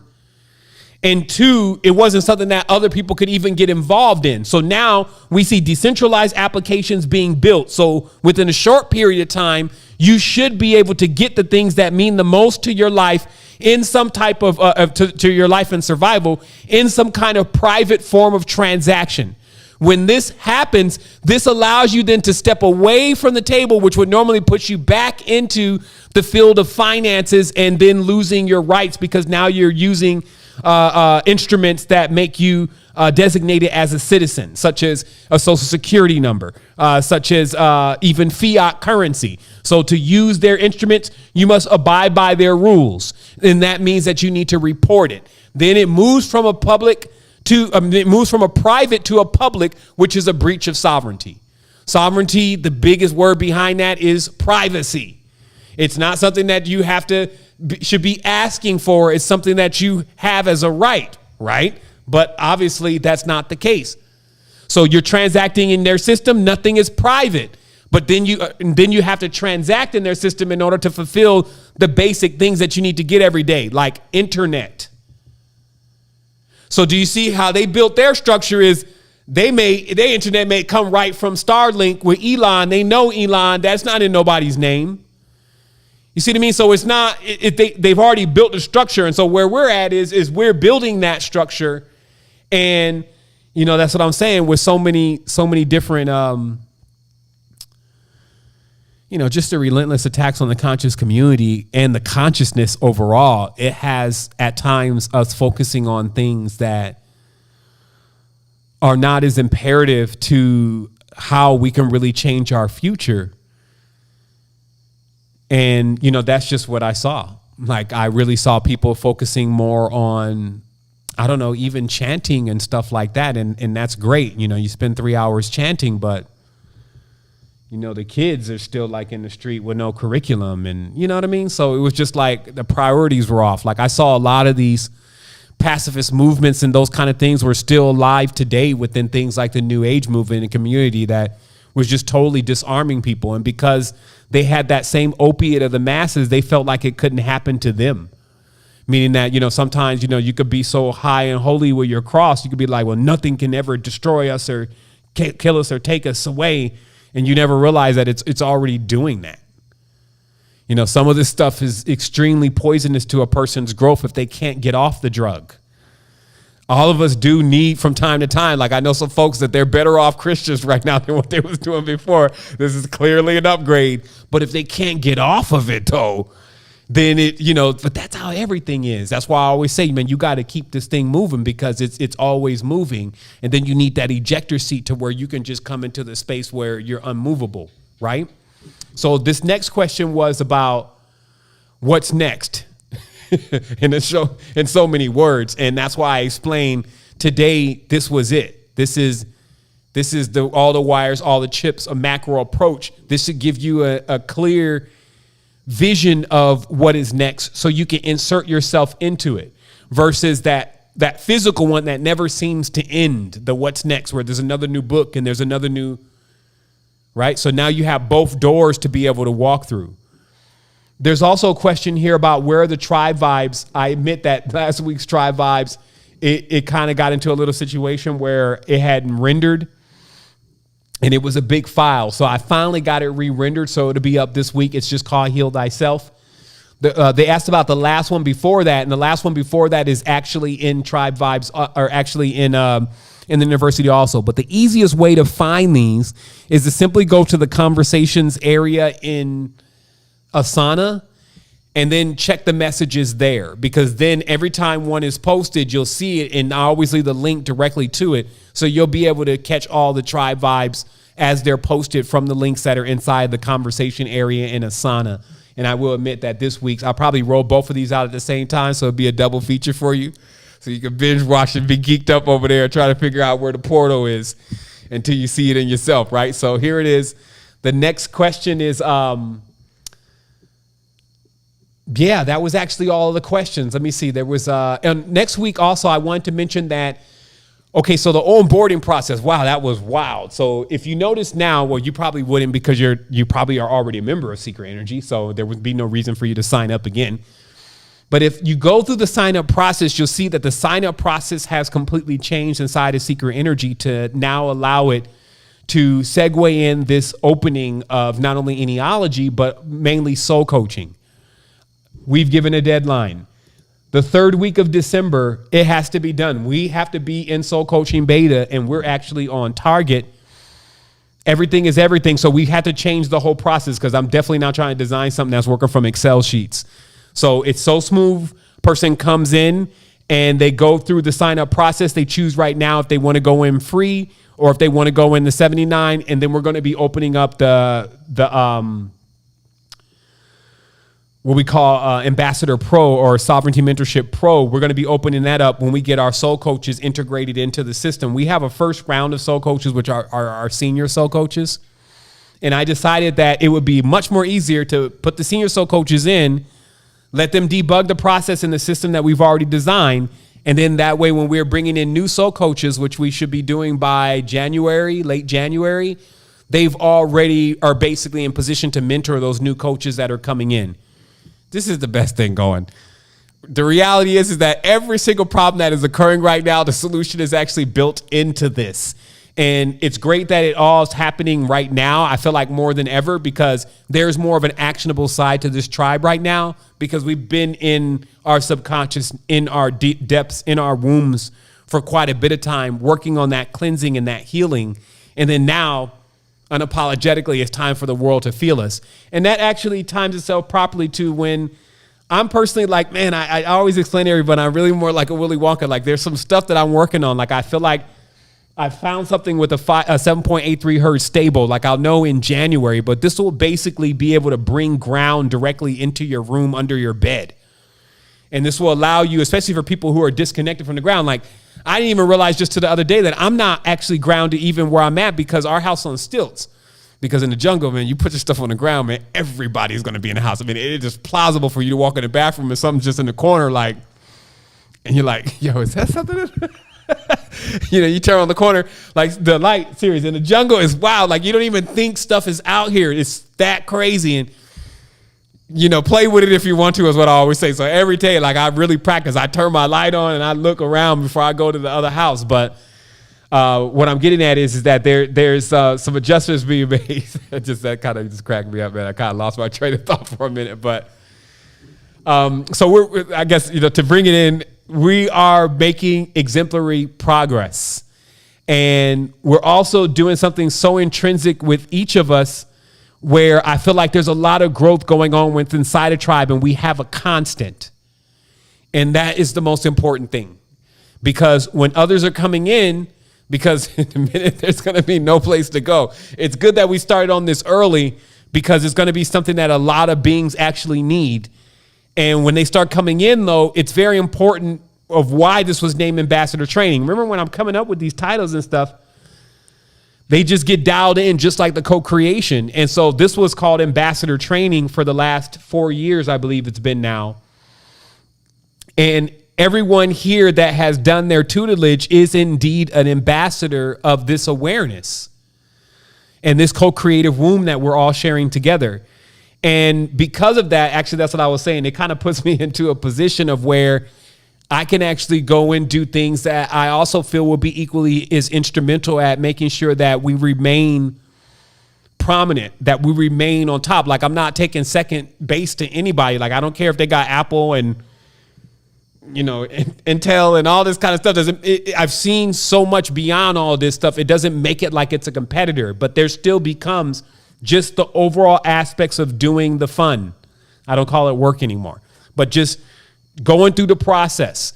That's also what I wanted to let everybody here know is that you got to do the work. Like that's what I was saying by somebody else can't really change you. The gems could really be here, but they could have almost no value to you if you're not willing to apply them to yourself. Also, this is very entertaining. I love it, but there's a very serious aspect to this. I try to do my best at, not, thunder all the time. But again, this is really about an infinite existence. That's what I feel like is why they didn't want to introduce that into this mainframe about how we were really infinite, because it would scare the crap out of people. You think people are scared of the end, but they're scared of the endless. They're way more, that thing fear, they're way more scared of the endless. They need that cutoff and that restart. And I'm not saying they won't always get it. You need to realize also that your job is not necessarily to come here and end the death. You know what I mean? Like when you see how powerful all this stuff is, you be like, let me sit back and get a little bit more ancestrally intelligent before I start trying to play around with the framework. This whole thing with compartmentalizing existences through the shields of the womb, ingenious, especially when you're dealing with an unlimited construct called a mind. But also, there must be new pioneers. Like you must be able to go into other vistas. Nobody's speaking English. Nothing's on Euclidean.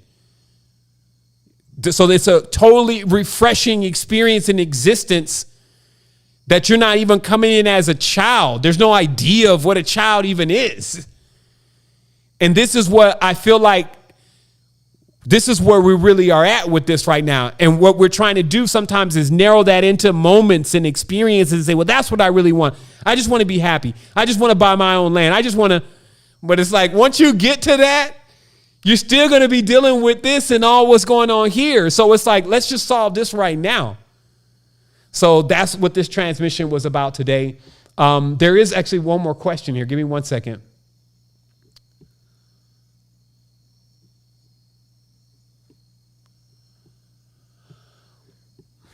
I will ask also those who are sending WealthyBot questions to really jump into the WealthyBot chat, because all the questions are being answered there. I put in a week, because I saw a lot of questions, and I put in a week of making sure that we got all of the questions answered in that into the help docs. What we also did was we created a chart. Me and Elena, we've been knocking it out. We created a chart that is a visual. This is the start to the end process, because we know that it's complicated. So I really would like questions that are not metaphysical to really not be put into the metaphysical questionnaire form, just so that it helps me to be able to get through this. And of course, we've built spaces for you to, and things for you to be able to get all the knowledge that you need. So that's what we have. So let's close the space. Well, actually, never mind. There's no such thing as closing anything, because there's nothing that can be closed. You got to catch yourself. That'll say move at the speed of light and faster. Change now. Unapologetically. If you say, I made a mistake, just keep rolling through it. Like, go on to the next thing. Like, this is the only thing that's going to get you there. If you needed someone to tell you this, that's what I'm here for, just for this time. Look, you're done. You're healed already. You got something so big and so expansive, you're already sitting right inside of it. You need to turn everything back within again and actually see yourself as you truly are. See how the subconscious mind cooks up these experiences. Start walking through the doors of perceptions of yourself. See the reflections, meaning when you start seeing yourself change, then be like, I'm changing. Like when you, because what I was saying is the last thought that I want you to, or the last thing that I want you to realize here is that, so every time you jump into it with somebody, be careful of what you're doing. It's not just that you're going to win that argument. It's not just that you can hold that vibration and energy, but you just need to tell them what. It's just that you're in a loop, and they're drawing you back into that loop. That's the final thing I want you to realize here, is that, remember, the reason why all this works is because other people get it going on that are not even doing this. They're not trying to fix the problem. They don't know what the problem is. They're so far. Think about the stuff that we were talking about today, right? And then imagine the average person. Even you may have struggled with a bit of this today and need to actually rewind this and play it back again, right? So now look at the average person. Now what you see is just a direct portal of dragging you right back into the whole thing again. So you choose.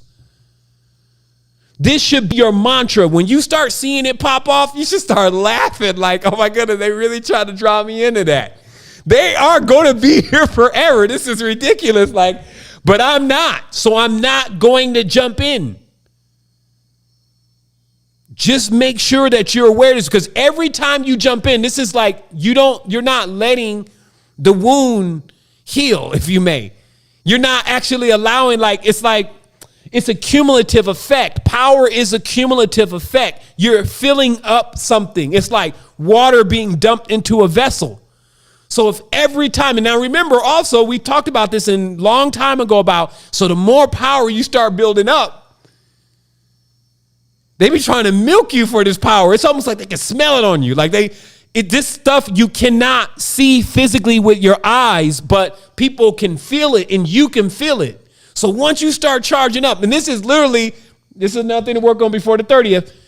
When you're avoiding these conflicts and confrontations, like Napoleon Hill says, he never met any successful person that got into petty confrontations. Okay? That's in The Secrets to Success. So that means that, I even find myself doing this sometimes when I leave for a message and it's like, okay, my guy, all right, here we go. And I'm giving them a good 150. And they only gives a character limit here. So it's like 150. So I'm deleting this stuff. And then I'll catch myself. Like, my guy, what is to become of this? What are you doing? Please put this thing down. And come on now. That's how you got to be on yourself. Every time they're trying to drag you in, I'm laughing about this. I'm laughing, it's bringing me to tears because, it's same thing, make you laugh, make you cry, right? So it's real talk. Right now, people are always getting triggered. And this is like, they throw the bait out there and they start reeling it in and here you go. You're going at this. This is not even a worm. It's a what do you call that? What did the fishermen call the thing that's not even real, right? It's just like the test and then anyway, I know my fisherman gonna say something in the chat here in a moment, but basically the lure, the fake lure that's just plastic with all the hooks in it with all the shiny stuff, you're not even getting the worm. You're not even getting the chum. They're not even chumming the water for you right now. They just bringing one of them cheap ass Kmart $3 lures, tackle. Yeah, so I said a tackle with the bob, with the cheap 20-cent bob on the top. And here you come, big fish. And then all your power, all your energy, everything. We are trying to get one turn happening here, one turn of the Nautilus to completely dissolve this whole thing about the unclarity of the past. So what I'm telling you is that, yes, many are going to have to go through the hard knock life shadow world of getting themselves together. But I'm also presenting that there is this other way where you can just master one cycle and then apply that symbol to all your cycles to open all your doors. So basically what you do is in this experience, you distill the experience to a key. And then once you have that key, it's going to open up all those wombs. And when you walk into them, instead of you feeling the abuse and the fear and all the kind of things that were associated with that creation, keep walking. Keep walking through, because all of these are really the same, even though you're going to sometimes see them as different. And that's what I was saying before about that whole different code. The different code is dangerous. Now imagine how much I had to deal with a different code. If you go to Google right now and you Google Bomar gene, you'll find out it's the gene that makes people unique. This is what they call the Bomar gene, is the gene that makes people unique. In addition, you see this ambrosia, right? Ambro is an anagram for Bomar. Okay, so I'm going to tell you, I've been seen to be coming in and out of this shit for infinity. So I'm not saying that hey, I think this is what's going on. No, I know this is what's going on. And for once in life, I'm being boisterous about it and insisting that others, including myself, get out of this pattern. Because we've learned what we need to learn. We've healed already of what needed to be healed. We've grown up, and now it's time to shed these concepts of death. So birth must go. See, some people were upset. I felt it when I said that you weren't a baby and you needed to be a baby. They loved a baby. So they're like, well, no, the babies, the baby. What I'm saying is if you accept the beginning, you must accept the end. To accept the end is to accept the beginning. So you can't accept the baby. The consciousness and the concepts that you're going to keep coming into stuff vulnerable and not knowing what's going on, that code has got to be obsolete. But you can see how it works on somebody. Like, man, when you're talking about a manslaughterer, it's good to put him in a baby form again. This is what we were talking about the Titans and how the Titans got shrunk down. Like, all of that power equals a lot of destruction if you don't have that power under control.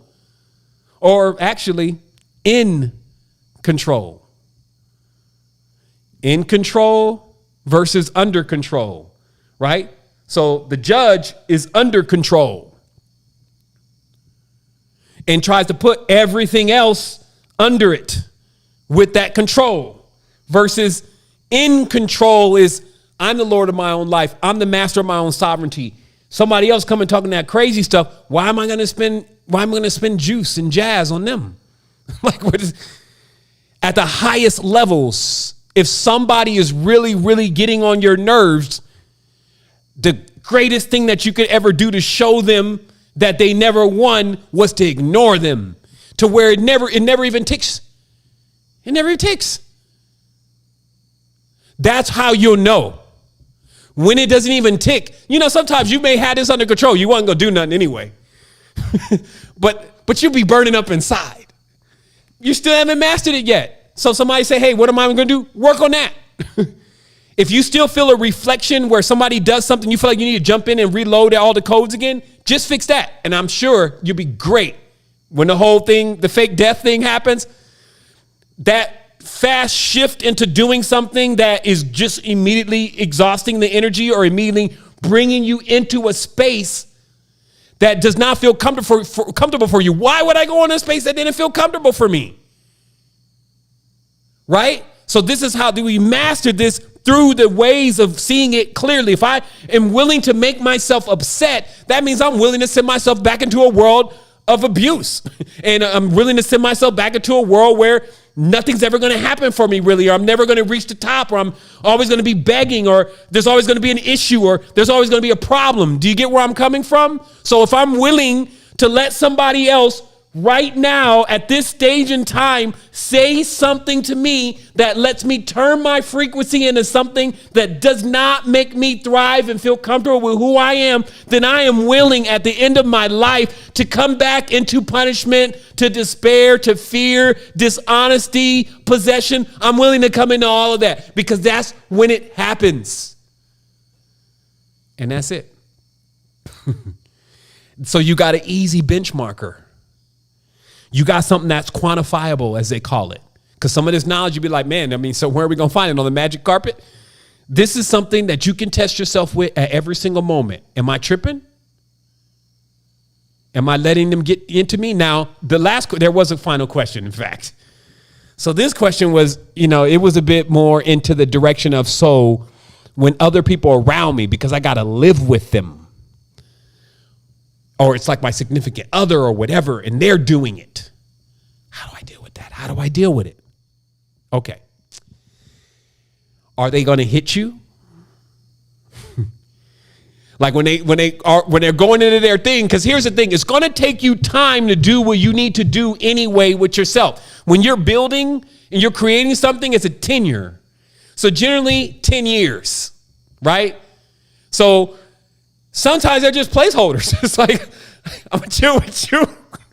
But your ass got 5 more years because once I level up. So meaning that sometimes it's explainable that as long as you're not jumping into it and they're not hitting you because you're not saying anything to them and you're not jumping into this argumentative train, because after a while they go see the boss. is what's going to happen. It's like after you keep not diving in, they're going to feel the divine masculine, divine feminine authority starting to come off of you. But if every time they're trying to test the metal and it's like you're jumping into it with them, then that ain't it. But I'm telling you, if you just start like numbing out on them real quick, like, ooh, I just don't have no time, and just start talking crazy and you just start walking off, this is only going to lead to one or two things. Either they're going to hit you, which you need to get out anyway, or they just go to this point where they start realizing like, yo, okay, I guess he's really serious about being different. Because see, that's the whole thing with people, right? Like they think you're the same. They think that you're always going to be the same like them. That's that point to point system that I was telling you about that keeps confirming this normality. They think every time they bump into you, they're bumping into the same person. I be laughing at people because they be thrown off when I come around sometimes. They be like, is there anything new? I'm like, man, there was something new 10 minutes ago for me. Like, absolutely, there's something always changing and going on. But then I can visit some people and find that they are still the same. And hey, that's great, but that's just not how I like thing. I don't serve my life up that way. So I'm just explaining to you very simply. You can test yourself here from the next to November 30th about how well you're able to hold your frequency stable. That's a sovereign.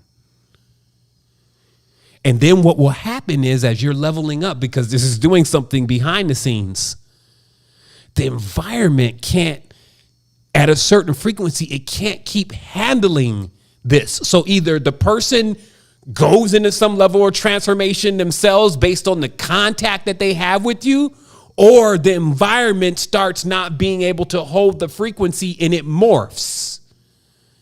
That's how we change things. So you see those who have power, they sit and they focus on that power. They ain't sitting there running all around. I told you, man. I told you. What you do? I'll grab the firmament. And oh, you're gonna make me do something. You're gonna make me grab. You know how much power I have? Do you know who you talk out? I'll hurl immediate. Okay. All right. You think I'm a joke. I notice how the arguments are wild, right? Because it's just like a back and forth of who can say the worst thing. Or like when you try to scare people, it's like a gorilla. You're just like, you know what I mean? It's like, yo, I'm really the craziest. And no, I'm the crazy. Yo, I'm about to break your shit. You see what I mean? So this is old school, right? Like we know this, we don't do this anymore, right? We don't do this anymore, right? So now you're realizing today why this is gonna be a different kind of subconscious venture for you if you keep, in the testing fields are here now. I don't know, I'll just water it up, man. It's just hilarious. But it's so serious, like, because if it doesn't get a chance to charge, like, let's not play with it in this respect, that if you keep opening up the top like your steam and it's just not getting the opportunity to build, you can't really get to that breakthrough. And while you may think it's like after you're done, you're like, baby, we good? Yeah, I'm good, baby. I'm sorry. And this is like the 300th time. You know what I mean? This kind of behavior, this is the loop, and you should be concerned. So, because when you sit still for a moment, you feel this eerie feeling. Like I said, like, whoa, wait a minute. Something was weird. I'll keep doing this. You see what I mean? So you can slow it down for a minute. That's how you slow down time and space. And you realize, yo, this is just not another moment. This is something that keeps happening to keep me out of something bigger. So wholeness and balanced vibrations. It's always an incredible time to come and connect with Tribe. Despite whether you see me or not, know that there is massive stuff happening on this end. We're gearing up. We already know what we all need to be doing. I'm here to empower you. I'm just going to keep doing what I do because the vision is almost complete. We're closing the circle. And what this allows is everyone to come forth and flourish with what they've learned, and then also the uniqueness that they placed in it. One last thing is that I suggest that if you do have a secret energy account, actually, I will have to suggest this be done on Monday because a developer got this earlier this week and he just finished the onboarding. This is in relation to the keywords. Like I'll publish this in the chat. We're going to do this next week because it's starting on Monday. One is we're going to let our senior soul coaches start coming in and actually giving their advice on the questions that we're receiving. And two, we're going to publish this list of what we would say are keywords or skills in many ways. And we want to encourage everyone to choose the 3 skills that they know that I got this. And then actually to change the keywords in your profiles to that. Because basically this system that we're designing is predominantly going to use that to pair people with each other and to also pair coaches with co-creators that are looking for someone specifically that works with specific things. So generally, if you find interest in something, it means you already know something about it. Some may say they like etymology, and that means because, you've probably read a lot of etymology books already. So this means generally you already have some experience in that. And we're saying for soul coaches or those who want to soul coach specifically, you need to begin to change your profile to those interests so that we can already start working on the back end in the system to allow the algorithm to do things properly. So I see somebody say, you're an illusion. I even got offended for a moment. Look, you're an illusion. Whoa, wait. Oh, yeah, I am. I am an illusion. You're right. Just catching it. You got to be there. Got to be there to catch it. So that's what it is, tribe. I'm going to go ahead and unmute the lines now. And I trust in that everyone was able to get some clarity on what we talked about today. Wholeness. Wholeness. Yo, wholeness family. Wholeness.